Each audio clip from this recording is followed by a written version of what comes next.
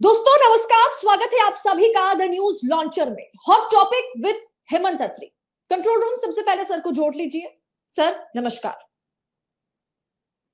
अब CBI director की नियुक्ति भी मोदी जी करना चाहते हैं। जांच एजेंसियां वैसे भी सवालों के घेरे में है। मुख्य चुनाव आयुक्त, चुनाव आयुक्तों की नियुक्ति जो है वो सरकार एक तरीके से कर रही है। मामला फिलहाल सुप्रीम कोर्ट भी जा पहुंचा है, लेकिन अब सीबीआई डायरेक्टर की नियुक्ति भी सरकार खुद करना चाह रही है। जगदीप धनखड़, हमारे माननीय उपराष्ट्रपति जी ने संकेत दे दिया है आज। क्या कहेंगे सर? देखिए अदिति जी, ये जो जयदीप धनखड़ जी है ना, कहने को तो ये संवैधानिक पद पर है, लेकिन अगर इनका आप पिछले कुछ सालों का अगर कार्यकाल देखें, चाहे बतौर राज्यपाल वेस्ट बंगाल में और चाहे अब बतौर उपराष्ट्रपति, ये मोदी जी और भाजपा और आरएसएस जिस लाइन पे चलते हैं ना, धनखड़ जी उसका एक इंटीग्रल पार्ट होकर के इनकी रह करके जो आप बातचीत सुनेंगे, उससे एक बात बड़ा स्पष्ट होती है कि किसी भी पारदर्शिता, किसी भी जवाबदेही, किसी भी निष्पक्षता या किसी भी संवैधानिक कानून से ये ऊपर है और अपने आप को उससे ऊपर दिखाने की कोशिश करते हैं। मूल रूप से ये राजतंत्र के पक्षधर है, जिसमें जो प्रधानमंत्री है उसको ये राजा के तौर पर देखते हैं, जो मनुस्मृति के अंदर है। तो रह करके इनके दिमाग में वो चीजें, इनके मन में वो कचोट निकलती है कहीं ना कहीं, और ये भी नहीं देखते अपने नंबर बढ़ाने के लिए मोदी जी के सामने कि वो किस प्लेटफॉर्म पर क्या बात कह रहे हैं। आप भोपाल के अंदर आज ये थे सुबह, वहां नेशनल जुडिशियल एकेडमी है, वहां बच्चों को ही संबोधित कर रहे थे। उनके बीच में खड़े होकर के ये किस उस पर ये कह रहे थे कि सीजीआई को क्यों होना चाहिए।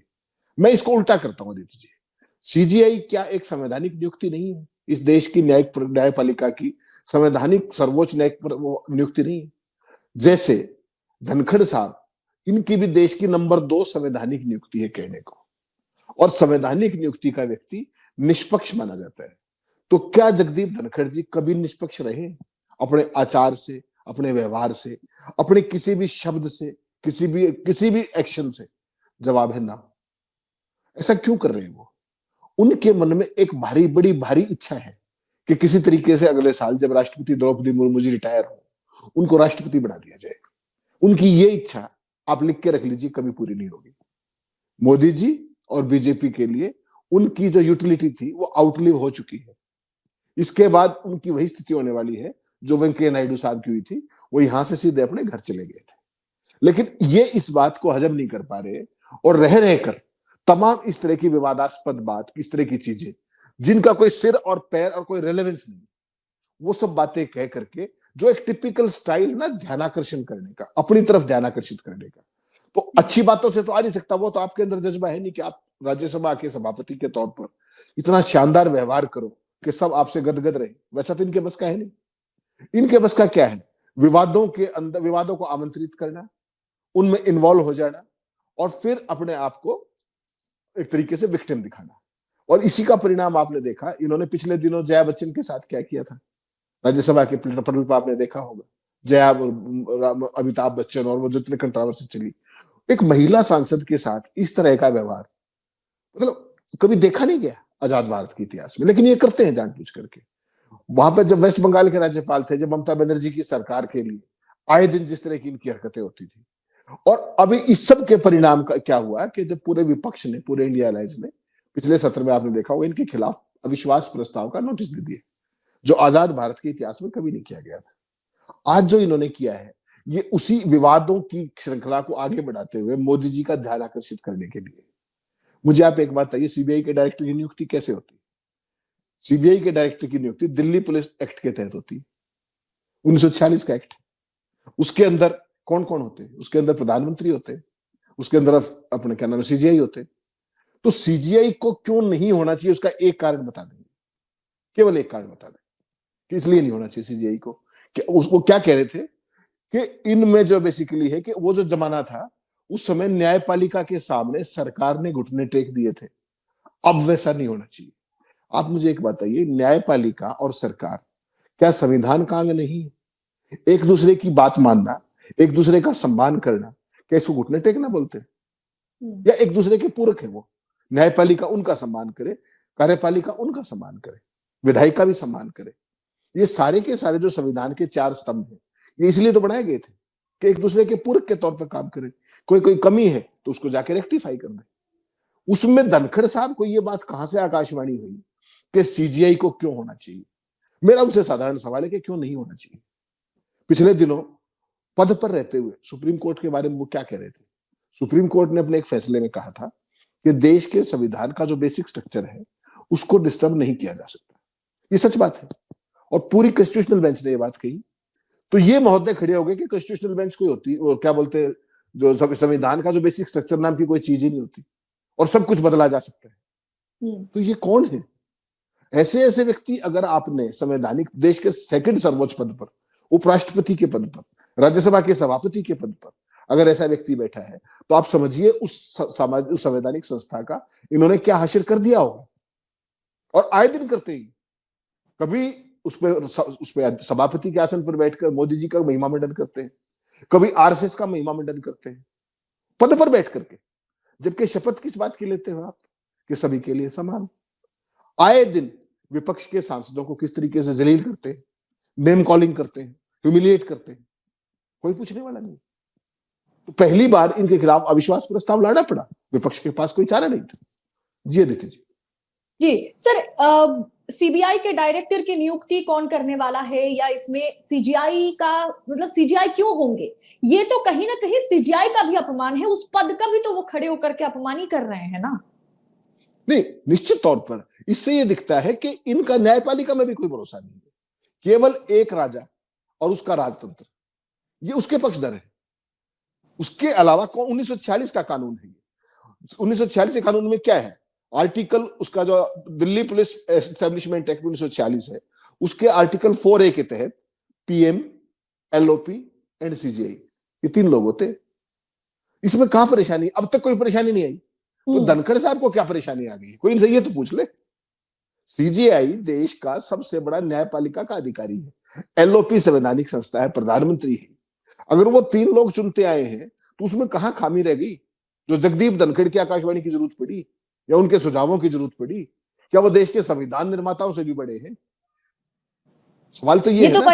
वही जगदीप धनखड़ साहब है ना जो एनजेएसी को लागू करवाना चाहते हैं। उनके पक्ष में बयान देते हैं कि कॉलेजियम को खत्म हो जाना चाहिए, अब जजों की नियुक्ति जो है वो सरकार के हाथ में होनी चाहिए। बिल्कुल। राजतंत्र क्या होता है कि राजतंत्र के अंदर सारा तंत्र राजा का, जिसको चाहे लगा दे, जिसको चाहे हटा दे, उसमें कोई कायदे कानून बीच में ना आए, किसी का कार्यकाल की सीमा बस में ना आए, किसी की पार्टिसिपेशन उसमें ना रहे, चाहे वो अपोजिशन हो। आज तो ये सीजीआई का नाम ले रहे हैं। जब सीजीआई को हटा दोगे तो फिर उसके बाद कहेंगे लीडर ऑपोजिशन का भी क्या मतलब है, सरकार तो हमारी। तो अल्टीमेटली ये वही पहुंचेगी ना बात। तो ये 2:1 रेशियो में अगर नियुक्तियां होंगी तो उसमें तो ऑपोजिशन, लीडर ऑफ ऑपोजिशन की जरूरत ही क्या है? 2 तो सरकार के आदमी होंगे। तो इनकी तो सोच ही है ना, जब सीजीआई की भी जरूरत नहीं, अगर सीजीआई देश का निष्पक्ष आदमी नहीं है तो फिर तो कोई भी निष्पक्ष नहीं हो सकता। तभी वो उस पद पर है और संविधान की शपथ लेकर के उस पद पर जाता है, संवैधानिक पद पर जाने वाला कोई भी व्यक्ति। अगर उस पर आपत्ति है तो धनखड़ साहब एलओपी को कैसे बर्दाश्त करेंगे? अगली मांग वो होगी कि लीडर ऑपोजिशन को भी हटाया जाए और केवल प्रधानमंत्री करे। तो उसमें हो सकता है इनका भी नाम उपराष्ट्रपति मैं भी करूंगा, क्या पता मन में कुछ ऐसी चीज हो। तो इस तरह की चीज, इस तरह की, अच्छा कहां पर? नेशनल जुडिशियल उसमें कह रहे हैं ये बात एकेडमी के अंदर। वो बच्चे क्या सोचेंगे? वो क्या पढ़ रहे हैं? संविधान, वो संविधान कौन सा संविधान पढ़ रहे हैं? जो संविधान लागू है या जो संविधान ये बनाना चाहते हैं? तो क्यों इस तरह का कंफ्यूजन फैलाती है ये पूरी का पूरा इकोसिस्टम? केवल और केवल आई बॉल्स को अट्रैक्ट करने के लिए, केवल और केवल हेडलाइंस में आने के लिए, केवल मोदी जी की नजर में आने के लिए कि देखिए अपने काम के अलावा धनखड़ साहब बहुत कुछ कर रहे हैं, बड़े काम के आदमी हैं, इनकी प्रतिभा का प्रयोग किया जाना चाहिए लंबे समय। सीबीआई डायरेक्टर का मतलब सीबीआई डायरेक्टर के चयन में सीजीआई ना हो उस पैनल में, इतना बड़ा बयान देना, ऐसा तो नहीं हो सकता कि इस पर चर्चा सरकार के अंदर नहीं हुई होगी? सरकार की भी मंशा पर ही तो वो कहीं ना कहीं आगे बढ़ रहे हैं ना, तो इस पर चर्चा तो जरूर हुई होगी। ये तो अचानक से उन्होंने आउट ऑफ द ब्लू जाकर के ये बात नहीं कहे होंगे। नहीं, निश्चित तौर पर आप बिल्कुल आदित्य जी बिल्कुल प्रोफेशनल बात कर रही है आपके, जब क्योंकि वो मेन इकोसिस्टम का हिस्सा है। देश में अगर कॉन्स्टिट्यूशनल हायरार्की देखेंगे तो वो नंबर 2 पर है। नंबर 1 पे द्रौपदी मुर्मू, नंबर 2 पे उपराष्ट्रपति, प्रधानमंत्री तीसरे नंबर पर आते हैं हायरार्की के हिसाब से आप देखेंगे तो ऐसे तो कोई बात हवाई फायर तो ये कर नहीं रहे। इन्होंने कहीं ना कहीं उस पूरे इकोसिस्टम के अंदर ये बात सुनी है और उस बात को लेजिटिमाइज करने के लिए, उसके लिए माहौल बनाने के लिए, एनवायरमेंट बिल्डिंग करने के लिए, देश में एक डिस्कोर्स शुरू करने के लिए इस तरह का विवाद खड़ा किया जाता है। अब इस पे देश सारा इस पे जुट जाएगा, और जब इसमें जुट जाएंगे तो अमेरिका के अंदर ट्रंप ने क्या कर दिया, वहां आप क्या खोया क्या पाया, उस सारी बहस को छोड़ करके इधर मोड़ने की चीज है। यही तो ये करते हैं, डिसेप्शन। असली मुद्दों से भटका दीजिए और कहीं और ले जाकर के खड़ा कर दीजिए। आज बताइए सीबीआई डायरेक्टर का क्या रेफरेंस था? अभी तो 17 तारीख को 2 दिन बाद चीफ इलेक्शन कमिश्नर की अपॉइंटमेंट होनी, 18 को राजीव कुमार रिटायर हो रहे हैं, तो उसके लिए मीटिंग है जिसके अंदर राहुल गांधी भी जाएंगे, अपने क्या नाम है प्रधानमंत्री जी भी होंगे, और उनके एक मंत्री भी होंगे, अर्जुन राम मेघवाल जो कानून मंत्री, इन 3 लोगों को करना है। अगर कोई बात थी तो आप सीजीआई की उसके करने, सीबीआई डायरेक्टरी करने की बजाय सीईसी की करते, ईसी की करते, तो फिर भी एक रेफरेंस है। CBI director is nowhere in question. कहां से आकाशवाणी हुई इनको पता नहीं, गॉड नोस। लेकिन विवादों में रहने की, खबरों में रहने की, छपास की और दिखास की, ये ऐसी गंभीर बीमारियां हैं जो बहुत सारे जीवों में, खासतौर पर बीजेपी के इकोसिस्टम में रेलेवेंट बने रहने के लिए लगातार इनको प्रयोग किया जाता है, उलुल जुलुल बयान देकर, जिनका कोई सिर हो ना पैर हो, केवल एक नैरेटिव पेडलिंग की बात है। और चूंकि उपराष्ट्रपति हैं और एक जुडिशियल एकेडमी में ये बात कह रहे हैं, इसलिए देखिए आज अब मैं और आप भी चर्चा कर रहे हैं, वरना दिस इज अटर नॉनसेंस। इसका कोई मतलब नहीं है इस बात का। लेकिन ये तो सच है, कहीं ना कहीं सरकार जो है वो अब इस पर भी आगे कदम बढ़ाएगी, क्योंकि जजों की नियुक्ति पर एनजेसी को लेकर के मामला है अलग से। अब राजीव कुमार के बाद 18 तारीख को वो रिटायर होने जा रहे हैं, 19 तारीख को ये मामला सुप्रीम कोर्ट पहुंचेगा, और उससे पहले 17 तारीख को इस पर बैठकें होनी है, जिस पर यह तय होगा कि अगला मुख्य चुनाव आयुक्त कौन बनेगा। ये भी सरकार तय करने वाली है। हमने ईडी के मामले में देखा था कि ईडी डायरेक्टर के कार्यकाल को किस तरीके से एक्सटेंड किया गया था, जिसके बाद सुप्रीम कोर्ट ने कहा कि असंवैधानिक है। तो जांच एजेंसियां वैसे भी सवालों के घेरे में है, ईडी हो, सीबीआई हो, इनकम टैक्स हो, इनकी रेड जो है सिर्फ और सिर्फ विपक्ष पर पड़ती है। इनकी स्ट्राइक रेट भी कुछ खास नहीं है। ईडी के मामले में सुप्रीम कोर्ट तो आए दिन फटकार ही लगाता है ना कि कर क्या रहे हैं आप लोग, कुछ एविडेंस तो आपके पास है नहीं। स्ट्राइक रेट में 5000 में से अभी तक सिर्फ 200 केसेस ऐसे हैं जहां पर किसी को ईडी ने दोषी साबित कर पाई ईडी। तो ऐसे में अगर डायरेक्टर्स की नियुक्ति भी सरकार करे, बचेगा क्या लोकतंत्र में? जांच एजेंसियों की जरूरत क्या है? किस तरीके से अब आंकते हैं इसे? नहीं, जांच एजेंसियों को तो देखिए आदित्य जी पहले ही थाना बनाया जा चुका है। जो काम पहले सीबीआई करती थी आजकल वो ईडी कर रही है। और आपने देखा किस तरीके से सब तमाम कायदे कानूनों, कार्यकाल की सीमा, रिटायरमेंट की उम्र की सीमा, सबकी धज्जियां उड़ाते हुए किस तरह की नियुक्तियां होती हैं। दिल्ली पुलिस कमिश्नर आज रिटायर होने वाले थे किसी पद से, उनको रिटायरमेंट से एक दिन पहले दिल्ली पुलिस का कमिश्नर लगा दिया गया। ऐसे भी उदाहरण आपने देखे। ईडी के डायरेक्टर को 5-5 बार एक्सटेंशन। तो जो अगले लोग इन लाइन में है वो कहां जाएंगे? कोई दिक्कत नहीं। जो आप कैबिनेट सेक्रेटरी को देख लीजिए, कभी तमाम ऐसे प्रधानमंत्री के प्रिंसिपल सेक्रेटरी कितनी कितनी उम्र के लोग, ये वो पद है जिनके लिए तमाम ब्यूरोक्रेसी पूरे जीवन तपस्या करती है, बड़े बड़े पद, कि हमारा भी नंबर आएगा सीनियरिटी के बेसिस पे, अपने काम के दम पर। लेकिन वो 20-20 साल, 10-10 साल से बैठे हुए उस पद पर। ना केवल जांच एजेंसियां, देखिए कोई भी अधिकारी अपनी अच्छी मेहनत क्यों करता है, ईमानदारी से काम क्यों करता है, कि उसको आगे बढ़ने का मौका मिले। जब एक ही ईडी डायरेक्टर को आप 5-5 बार एक्सटेंशन दे देंगे तो कोई व्यक्ति अच्छा काम क्यों करेगा? पता है सबको कैसा काम करना चाहिए, क्या रिक्वायरमेंट है सरकार की। सुप्रीम कोर्ट के इंटरवेंशन के बावजूद भी सरकार ने दोबारा कोर्ट में वो लगा करके और उसको कुछ समय के लिए और कार्यकाल बढ़वाया आदेश के बावजूद। तो इसका मतलब क्या है? कि इसका मतलब बहुत कुछ है जो सरकार बताना नहीं चाहती और बहुत कुछ है जो सरकार छिपा लेना चाहती है। बड़ी साफ सी बात है। और यहां पर सीबीआई को पहले जिस तरीके से दुरुपयोग किया जाता था, आजकल वो काम ईडी करती है, क्योंकि हर चीज के अंदर मनी लॉन्ड्रिंग लगा देते हो आप, चाहे मनी उसमें इन्वॉल्व हो या ना हो। भाई लॉन्ड्रिंग करने के लिए मनी तो चाहिए। राहुल गांधी का केस देख लीजिए, कोई चवन्नी है उसके अंदर, जेल के अंदर जो शराब वाला मामला है दिल्ली का। केजरीवाल के घर से कोई चवन्नी बरामद हुई? सिसोदिया के घर से कोई पैसा बरामद हुआ? उनको कैसे मनी लॉन्ड्रिंग में ले लिया आपने? 120 भी लगा के कर देते हैं काम। क्यों? क्योंकि पीएमएलए के अंदर जमानत मिलना मुश्किल है, तो सीबीआई की बजाय ईडी का प्रयोग शुरू कर दिया। पहले आपको ध्यान होगा सुप्रीम कोर्ट ने सीबीआई को केज्ड पैरेट कहा था, पिंजरे में बंद होता। अब किस दिन ईडी के लिए ऐसा ही कोई विशेषण आने वाला है। तो सरकार को इन बातों की कोई परवाह नहीं। सरकार का एजेंडा पूरा होना चाहिए। उसको कौन करता है वो उसको यूज कर लेंगे, जो नहीं करेगा उसको डिफ्यूज कर देंगे, छुट्टी। इतना सही है। और धनखड़ साहब उस पूरे सिस्टम का हिस्सा है, इसलिए वो उस नैरेटिव की पेडलिंग में एक अहम रोल अपने पद के कारण भी और एक अथॉरिटी के कारण भी इस तरह की चीजों को पैडल कर पाते हैं। अब देखिए हाउस के अंदर उनका क्या व्यवहार रहता है, अडानी का कोई नाम ले दे, he jumps like a spring. Adani का नाम तो कैसे ले दिया आपने, the thing will go on record. क्यों भाई, नेहरू का नाम लिया जा सकता है 64 में डेथ के बावजूद, अडानी का नहीं ले सकते आप, क्यों? क्या अडानी का शब्द गैर कानूनी है? नहीं लिया जा सकता उसके, या आप लिख दीजिए कि अडानी शब्द को प्रयोग नहीं किया जाएगा और रिटर्न ऑर्डर निकालिए ना।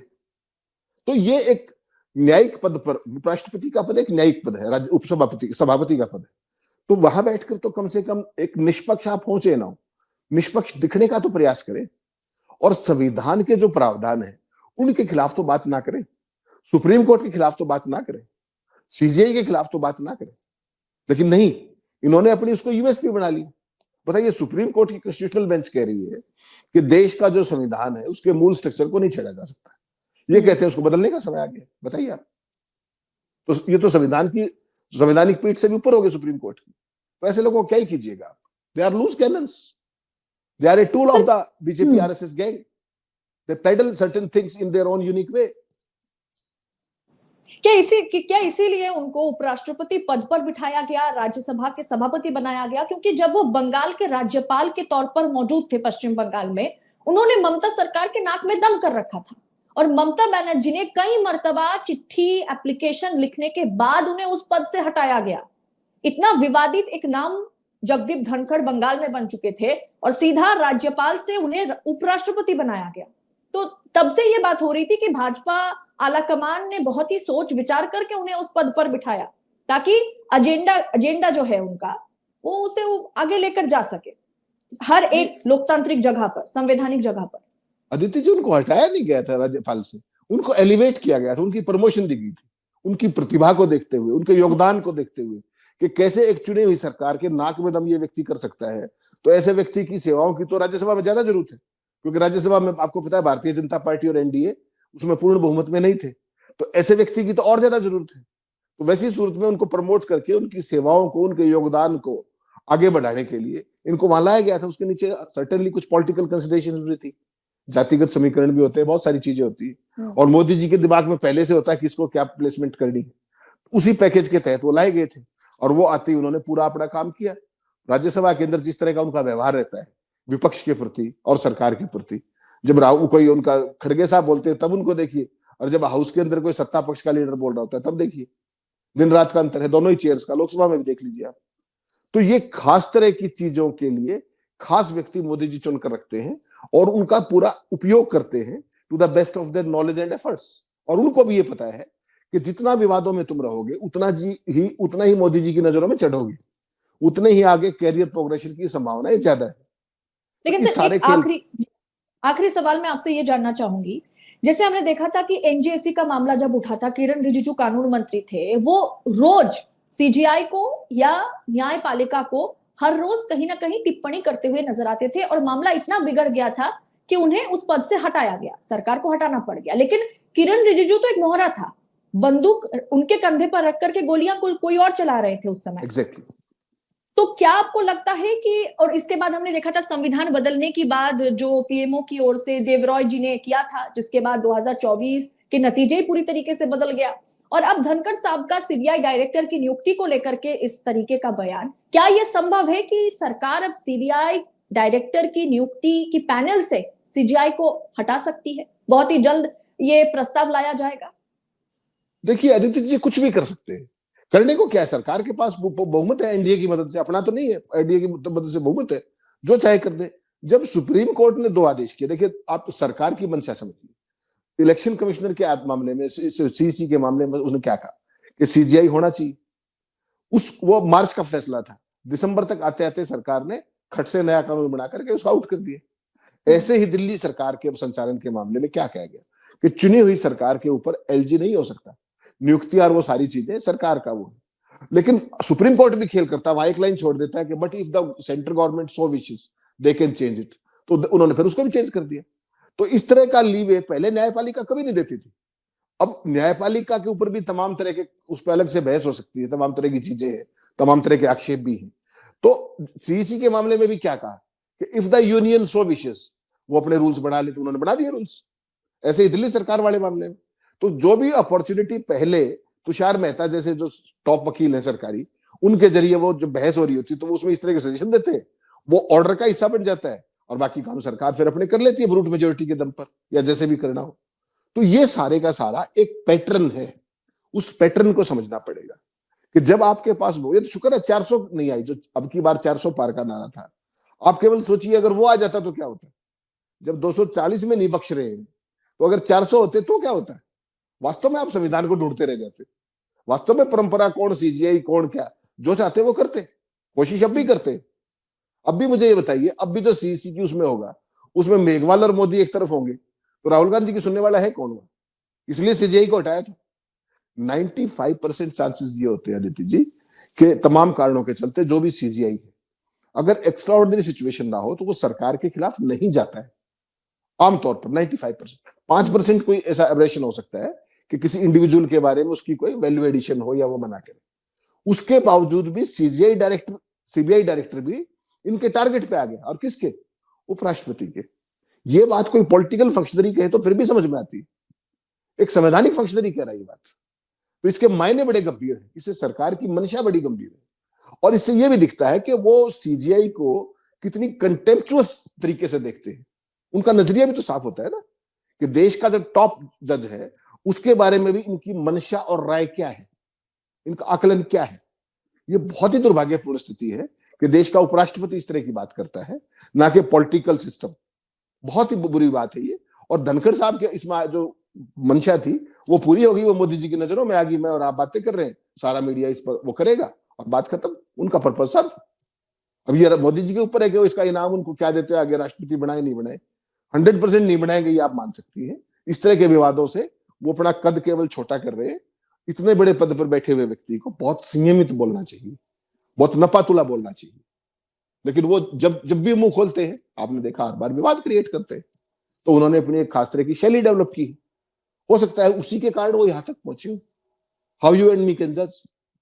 समय तय करेगा कि वो किस तरह के उपराष्ट्रपति थे, किस तरह के सभापति थे, किस तरह की उनकी बातचीत थी, क्या वो बातें करते थे, क्यों विवाद खड़े करते थे। ये तो is for the people to decide. जी सर, बहुत बहुत धन्यवाद न्यूज लॉन्चर के मंच पर हमारे साथ जुड़ने के लिए। तो सीबीआई डायरेक्टर के चयन में सीजीआई का क्या काम, सीबीआई डायरेक्टर के चयन में चीफ जस्टिस ऑफ इंडिया का क्या काम है। ये जो जंग एक तरीके से जगदीप धनखड़ साहब ने छेड़ दी है, इस पर आपकी राय क्या है। क्या आपको लगता है कि अब सीबीआई डायरेक्टर की नियुक्ति भी सिर्फ और सिर्फ सरकार करने वाली है। आप इस पर अपनी सोच विचार कमेंट बॉक्स में हमारे साथ शेयर जरूर करें और ऐसी तमाम खबरों को निष्पक्षता के साथ, बेबाकी के साथ पाने के लिए द न्यूज लॉन्चर के साथ बने रहिएगा। बहुत बहुत शुक्रिया आप सभी का।